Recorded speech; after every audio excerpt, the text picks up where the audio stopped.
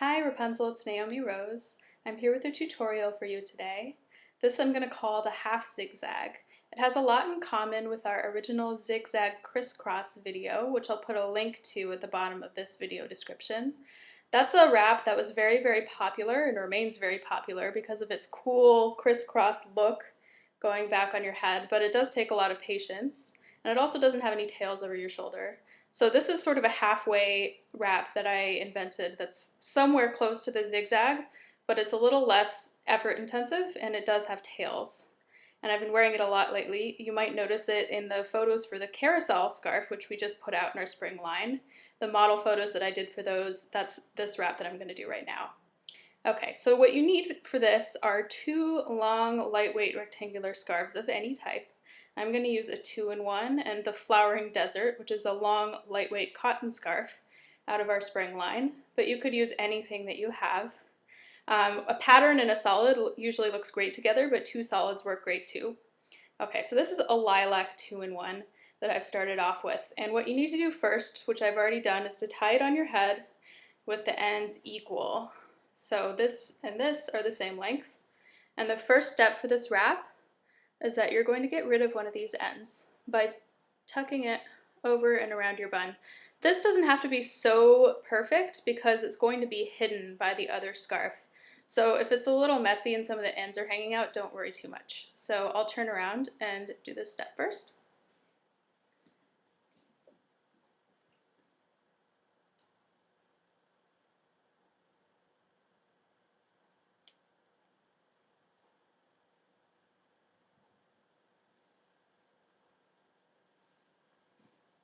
Okay, in this video I'm going to be left-right specific with my directions. That's not something I usually do because there's variations on every wrap, and often it doesn't matter which end you put up first, which end you put over your shoulder, but in this case, since we want a particular zigzag pattern, I'm going to specify what end I'm doing at all times, because as I've discovered previously, sometimes if you do this with different left-right directions, it gets messed up and you can't get the zigzag right.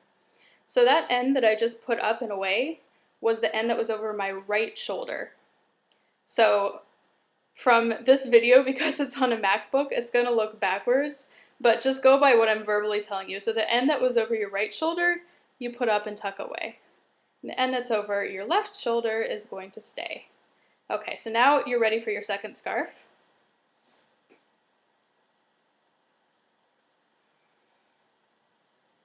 Okay, this is the beautiful Flowering Desert that I'm going to use for my second scarf.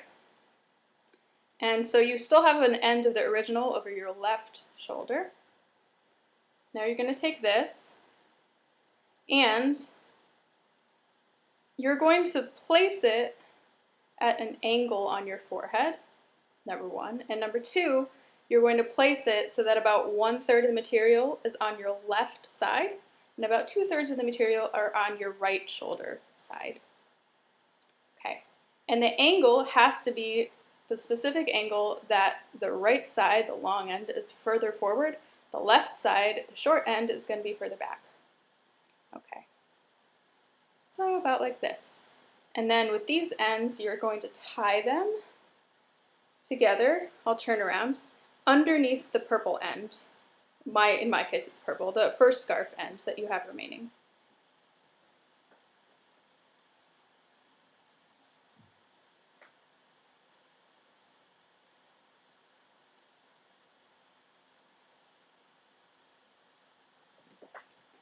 Okay, so that was step 2.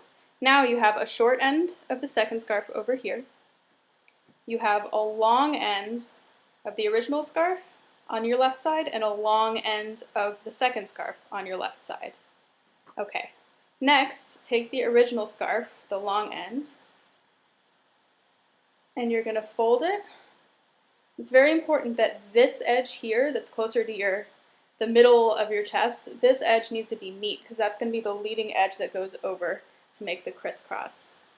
Before I do that, I'm just going to neaten this up a little bit. You'll notice that even after you tie the first scarf, you can make a lot of adjustments to the angle of the zigzag.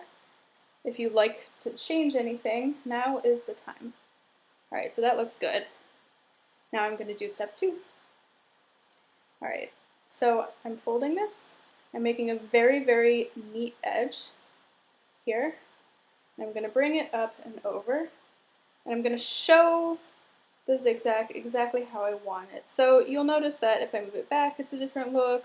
If I move it very close to my forehead, that's a different look. This is completely up to your preference. Experiment with it and figure out what looks good to you. But you want this on an angle too. So sort of you have this, and then that, and then your new edge.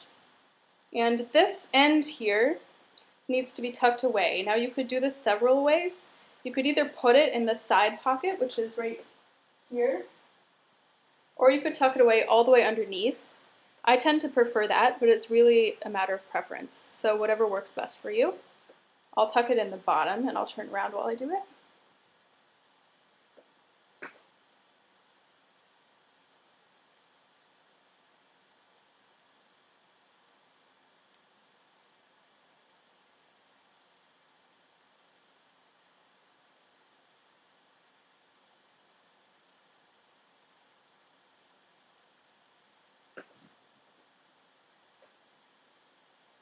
Alright, now you should be left with a short end of the second scarf over your right shoulder, a long end of the second scarf over your left shoulder, and everything else is out of your way already.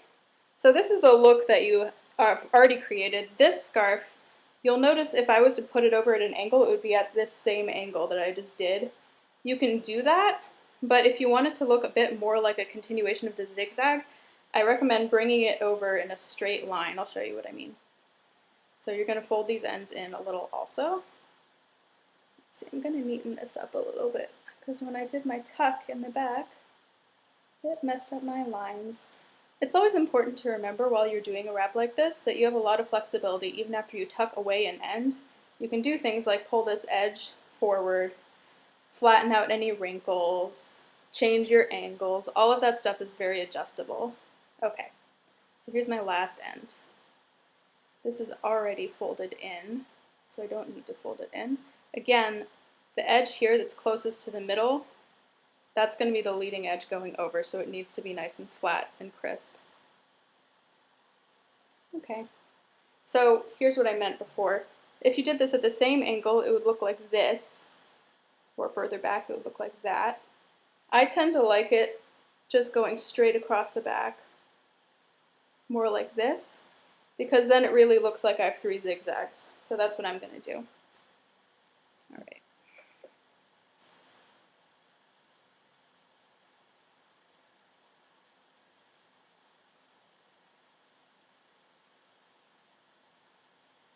Okay. And now I have this old original end here.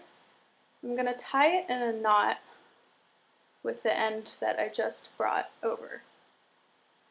Just a single knot.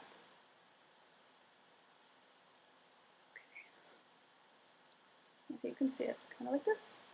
And I'm going to tighten it gently. Okay, and it's going to hang over my shoulder. And I love that you can see the purple here because it matches the 2-in-1 that I used. Alright, and then you can fix any funny details that happened while you were wrapping. Like here I have an escaped end. Go away! Alright, you can pull down the little wrinkles by your ear. And if you want, you can add details. One thing that looks really good with this wrap is to add a pin. I tend to like to add them somewhere by the zigzag. Like right here would probably be a good choice.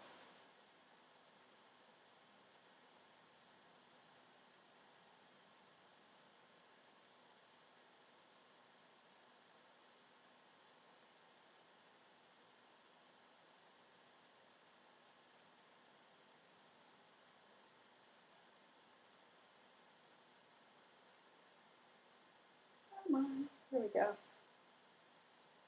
Perfect. And you have this nice fluffy end over here. And it's a very cool looking, complicated looking wrap without really taking too long. You just have to make sure that you keep track of your lefts and rights so that you don't end up making any mistakes, which I've done plenty of times. Okay, enjoy. I hope you have fun with this, and I can't wait to see your examples. Bye.